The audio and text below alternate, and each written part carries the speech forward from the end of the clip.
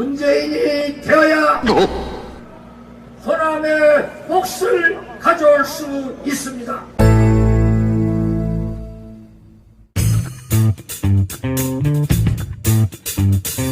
다시 한번 말씀드립니다. 문재인이 되어야 광주의 가치와 호남의 몫을 가져올 수 있습니다. 안철수가 돼야 한다는 것을 제가 일부러 한번 실수를 해봤습니다. 이래봬도 제가 제일 똑똑한 김대중 대통령 비서실장하죠. 실수할 때 하지 제가 문재인입니까? 제가 문재인입니까? 존경하는 여러분, 박지원은 5년 있다 대통령 나오니까 그때 박지원 하십시오. 우리 정치의 한 달 앞을 내다보는 순서입니다. 월간, 오늘은 월간 박지원 편입니다. 박지원 전 국정원장 어서 오십시오. 제가 뭐라겠어요. 왜요? 일간 박지원으로 해야 CBS 김현정 수용 탑이 되는 거예요. 아니 아직도 그 얘기하고 계시더라도 줄은 몰랐네요. 이제 내가 당선되면 이제 안 나와요. 아 당선되면 안 나오시겠다. 아 그렇죠. 다른 방송에서 다 찾는데 왜 그리고 월간으로 나오냐고. 이렇게 되면 당선 못 되실 수가 있어요. 저 걱정하지 마세요. 저는 잘 돼요. 자, 사실은 당사자가 나오셨기 때문에 이 질문부터 제가 드릴 수밖에 없어요. 좀 불편하신 질문일 수도 있겠습니다만 경고. 경고. 아니 조국 대표하고 함께한 유튜브 방송에 출연을 하셨는데 거기서 조국 대표가 박지원 원장한테 나중에 명예당원으로 모셔야겠다라고 했더니 박 원장님이 이중 당적은 안 되니 명예당원이 좋겠다 이렇게 응수를 하셨다가 공천 취소당할 뻔하셨어요. 예. 예. 그래서 저는 충정에서 덕담 차원에서 했지만은 당에서 또 더불어민주 비례연합 공천자들이 상처를 받았기 때문에 제가 쿨하게 잘못했습니다 하고 사과했습니다. 사과를 하셨더라고요. 네, 그렇죠. 예. 그래서 잘못한 건 저는 사과해요. 전 윤석열 대통령하고 달라요. 공천 뭐 취소냐 뭐냐 막 이런 이야기까지 나왔고 결국은 이재명 대표한테 최고위가 결정을 위임했어요. 이재명 대표가 해당 행위로 경고 조치하겠다 이렇게 결정을 했고 수용하시는 거고요. 글쎄요. 언론에 났길래 받아들여야지 어때요. 조금 공천 취소되면 안 되잖아요. 조금 서운함이 남아 있는 톤이시네요.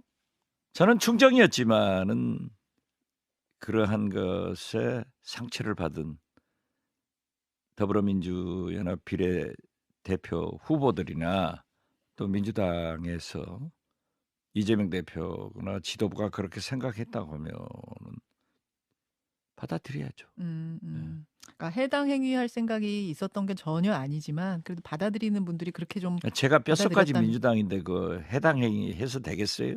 민당 사람하고는요 제가 안 만나요. 예. 얼마나 제가 혼났어요. 뭐 최근 24시간. 정청래 최고위원한테 죽도록 당했어요. 그래서 제가 그 최근 24시간 동안의 파동을 정리하는 정청래 최고의 페이스북을 좀 찾아봤어요. 그랬더니 박지원 후보님 잘하셨습니다. 1시간 전에 올렸네요. 딱 해서 여러 가지 얘기 좀 어쨌든 박지원 후보님의 빠른 사과에 감사드립니다. 굿. 이것이 민주당의 모습이어야 합니다. 빠른 인정, 빠른 사과. 혹시 제가 불편함을 드렸다면 저도 박 후보님과 민주당 지지자분들께 정중하게 사과드립니다. 정청래 최고위원 내가 우울하게 사과를 접수합니다. 조국 대표하고 함께 예. 시사인 예. 바로 박지원이 옆에. 해봐서 아는데 예.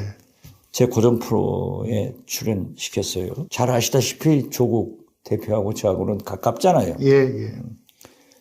저는 민주당으로 200석을 하는 것은 굉장히 좋은 일이지만 지금 국회도 180석밖에 못했다.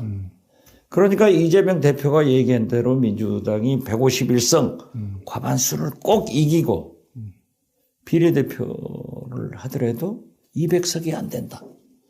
그렇기 때문에 민주개혁 진보 세력이 합쳐서 200석이 되어야 윤석열 대통령이 거부권 행사를 못하고 김건희, 이태원 참사, 최상병 특검할 수도 있고 윤석열 대통령을 탄핵시킬 수도 있다. 그러니까 이재명 대표가 얘기한 대로 조국 혁신당과 함께 가고 이재명 대표가 얘기한 대로 조국 신당은 우군이다. 예. 이렇게 했더니 조국 대표가 저한테 감사하다고 하면서 민주당원이니까 법적으로 안 되지만은 명예당원 그러자고 조크를 했는데 내 충정을 얘기했는데 그게 와구라고 했던 거예요. 지금 좀 쌈 붙이려는 아니 우리 당 내부에서 와구라고 그래. 안에도 있고 밖에도 있죠. 어쨌든 예.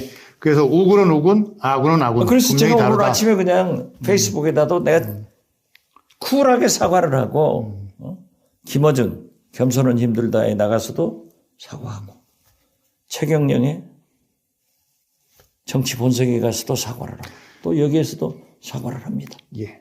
처음에는 윤석열 정권이 상당히 우호적이고 약간 또 두둔하는 발언도 좀 많이 하셨잖아요. 근데 이렇게 어제 또 발언은 탄핵안을 발의해야 된다. 이렇게 해서 점점 이렇게 좀 격해지고 거침없는 발언들로 이렇게 쭉 수위가 높아졌는데 제가 변하는 것이 아니라 윤석열 대통령이 매일 못해가는 거예요. 네.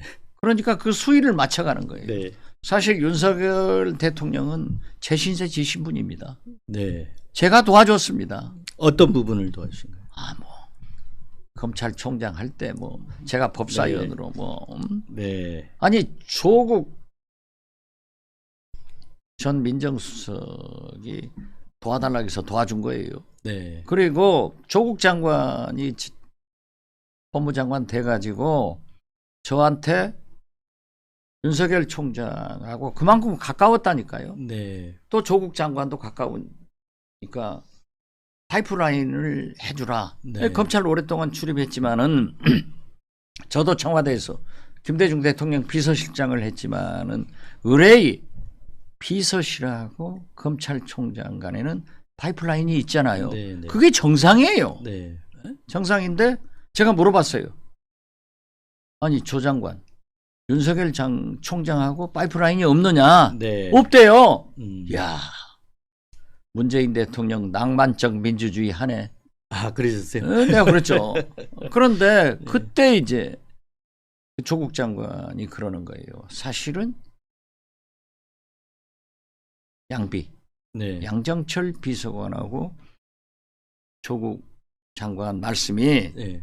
윤석열 총장하고 제일 가까운데 네. 자기가 좀 파이프라인을 해달라 했더니 자기는 현직이 아니기 때문에 개입할 수 없다. 네. 라고 하는데 그 다음에 법무부 장관이 네. 박지원 대표님이 윤석열 장관하고 제일 가까우니까 좀 메신저 역할을 해달라고 그래서 내가 탈탈 털었어요. 네. 얘기 중에 하나만 여쭤볼게요. 조국 장관하고 윤석열 검찰총장하고 파이프라인 얘기를 하셨잖아요. 네. 근데 그때 처음에 파이프라인을 양정철 비서관, 그러니까 이제 그 당시에는 야인이었죠. 네. 비서관서 하려고 했는데 없으니까 원장님한테 부탁을 했다 이건데 그러면 윤석열 검찰총장을 민 사람 누굽니까? 이제 그런 얘기를 하더라고요. 양정철 비서관이 추천을 해서 네. 밀었고 자기는 빠져나갔다. 네. 그리고 이제 양정철 비서관은 등용이 못 됐잖아요. 네. 진짜 면서기도 못 했어요. 네. 그래서 그런 소문이 있길래 저는 양정철 비서관하고 친합니다. 내가 그 질문을 지금 기다리고 있었어요. 네. 제가 물어봤어요. 야, 양비, 네가 윤석열을 추천했고 네 문제는 윤석열하고 완전히 담합을 해가지고 안 하고 물러갔다고 하는데 사실이냐? 네. 추천한 거는 사실이랍니다. 네. 추천한 것은 사실이지만은 그 후 자기는 청와대에 안 들어갔고 네. 또 민간 신분이고 또 문재인 정부하고 네. 조국 장관하고 껄끄러운 관계이기 때문에 일체 단교했다. 네. 아무 관계 없다. 근데 그런 얘기를 하더라고요. 여기 이제 최광욱 공직기강 비서관 그 당시에 나오셔가지고 한 얘기는 공직기강 비서관실, 민정수석실에서 다 반대를 했다고 해요. 그럼에도 불구하고 검찰총장으로 됐다. 그래서 그 보고서까지 냈는데 반대 보고서까지 냈다고 하더라고요.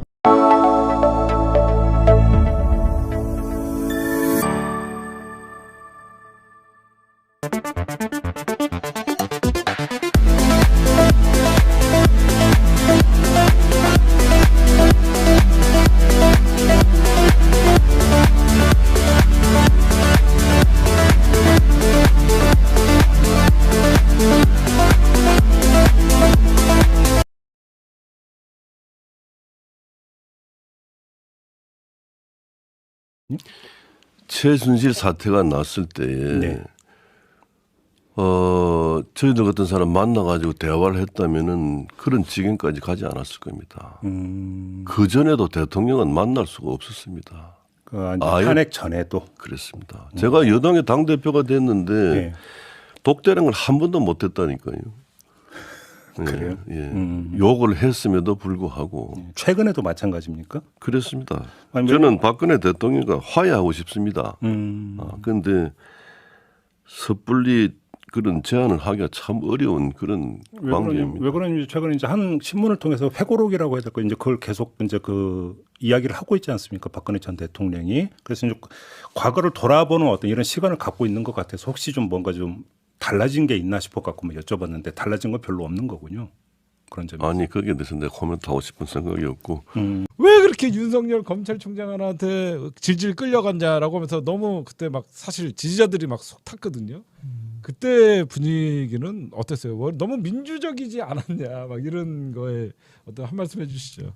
뭐 그 문제 때문에 또 문재인 대통령에 대해서 비판하시거나 불만 가진 분도 있는 걸로 알고 있습니다. 근데 저는 문재인 대통령 모신 사람으로 이렇게 말씀드리고 싶습니다. 여러분들이 길거리 가다가 어떤 사기꾼을 만났다 이겁니다. 또는 강도 소매치기를 만났다 이겁니다. 그래서 이제 물건을 뺏기거나 뭐 돈을 빼앗길 수가 있지 않습니까?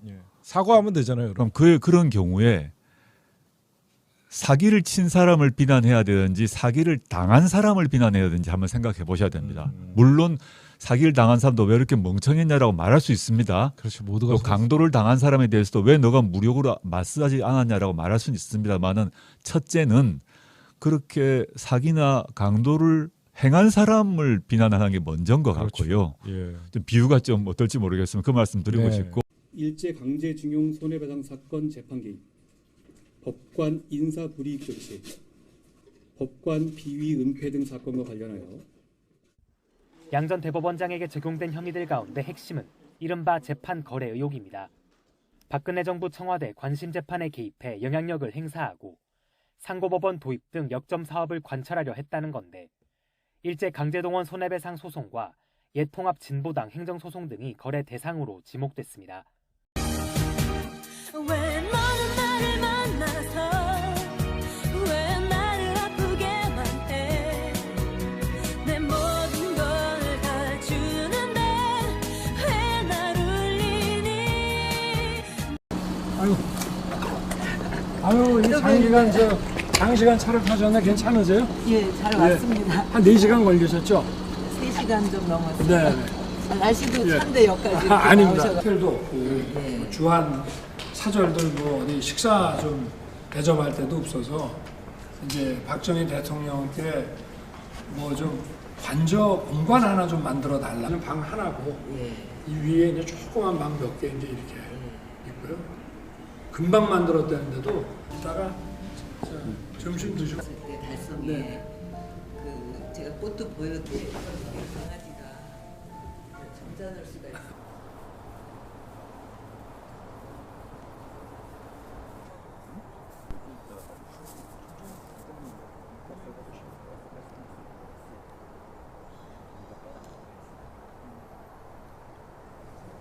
여기서 드리겠습니다. 수고 많이 많이 받으시고 받으시고 건강하시기 바랍니다. 정말 찾아뵙겠습니다. 감사합니다. 네.